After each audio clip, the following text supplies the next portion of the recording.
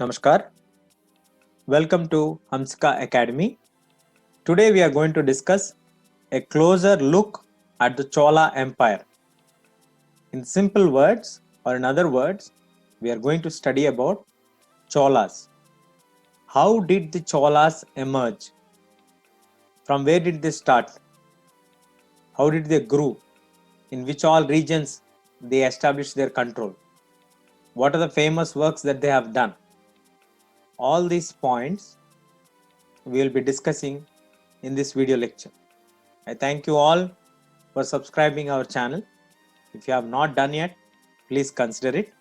Thank you. Welcome to the case study on Cholas. From where did the journey of the Cholas start?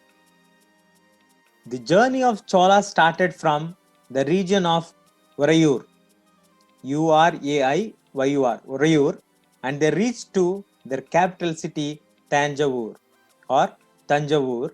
So how did they reach to that place? How did they establish their power? Are they kings by birth? Let us find the answers. The Cholas rise to power. How did they rise to power? There was a chief, a minor chiefly family who owned the land of near Muttaliyar, held power in the Kaveri Delta. So the minor chief family name is known as Muttariyar, and he held the power in the Kaveri Delta region.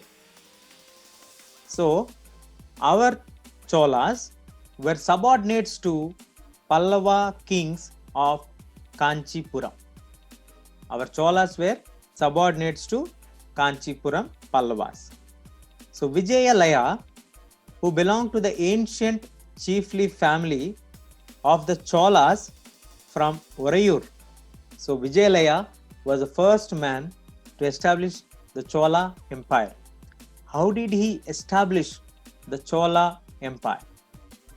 He established the Chola Empire by defeating Muttariyar and gained control over Kaveri Delta region in the middle of the 9th century. So like this, the Cholas have established their first step in establishing the kingdom. It was the Cholas who were subordinates to Pallavas of Kanchipuram. They defeated the chiefly family Muttariyar, who holded the control over Kaveri Delta region. So once Vijayalaya defeated them, he became the ruler of the Muttariyar controlled region, that is Kaveri Delta region. That is how the Cholas started their journey from Urayur to Kaveri Delta, and then slowly they reached beyond. Let us see now the temples. Temples are very prominent during these people's time. The people, especially the Cholas, have always built towns of Tanjavur and a temple of goddess Nishumbasundini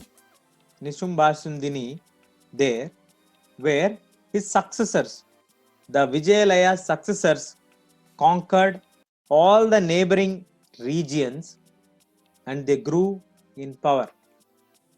The Cholas built the town of Tanjavur, the temple, and also goddess Nishumbasundini.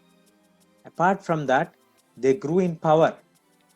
The people, those who succeeded his rule, Vijayalaya's rule, his son and his grandson, grew in power and also controlled the neighboring regions. They defeated their own masters, Pallavas' territories, and occupied Pandyan's territories on both south and northern regions. Who was famous among the Cholas? The famous among the Chola kings was Rajaraja I, who is considered as the most powerful Chola ruler. Who is the most famous? Rajaraja I of the Cholas. He came to power in 985. What did he do? He expanded the control in most of the regions. Not only expanding control, he also reorganized the administration. He have set up the structure of administration. his son, when Rajaraja's son Rajaraja died, Rajaraja's son took over the administration and also the kingdom leadership. So he continued with the policies of his father, and he even raided till Ganga Valley and Sri Lanka. He also went beyond Sri Lanka and he occupied Andaman and Nicobar and some regions in Southeast Asia. He also developed a strong navy and had expeditions, occupied island nations. Now, when Rajendra occupied the Ganga Valley, he collected the Ganga water in the golden vessels and brought them and filled it in the Tamil region near the Tanjavur temple. That's how we got the title Gangai Konda Cholapuram, the winner of the Ganga region. So, three important kings are there in the Cholas. One, the founder Vijayalaya. Second, Rajaraja I. Third, Rajendra I. Are the Cholas only famous for ruling, administration, and temples? The answer is no. They are still famous for something else. You can see here. The first point, the big temples, as the heading tells us, splendid temples and bronze sculptures. The temples of Tanjavur and Gangai Konda Cholapuram were built by Rajaraja and Rajendra.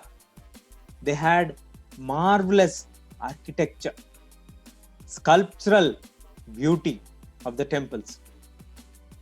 The Cholas always believed and often considered temples as the nuclei, the center point for all the settlements. How can a temple turn as a nuclei of settlements? Nuclei is a science term which represents the central point. So there were centers of craft production. As soon as the temples were built, they used to endow them with certain amount of lands, 500 acres, 1000 acres, like that, so that temple will remain autonomous and self-sufficient. It will not depend on anybody. So all the prayers, rituals can go on without any disturbance. And also, whatever is produced from the temple lands, that is used for maintaining the workers, the specialists who worked for the temple. So all these people, like the priest, garland makers, cooks, sweepers, musicians, dancers, used to stay close by to the temple.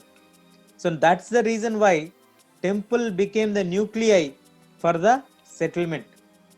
And these people, the priest, the garland, the makers, the cooks, the sweepers, the musicians, were paid from the land grants which are endowed to the temple. Not only this, they also looked at the temples as places of worships.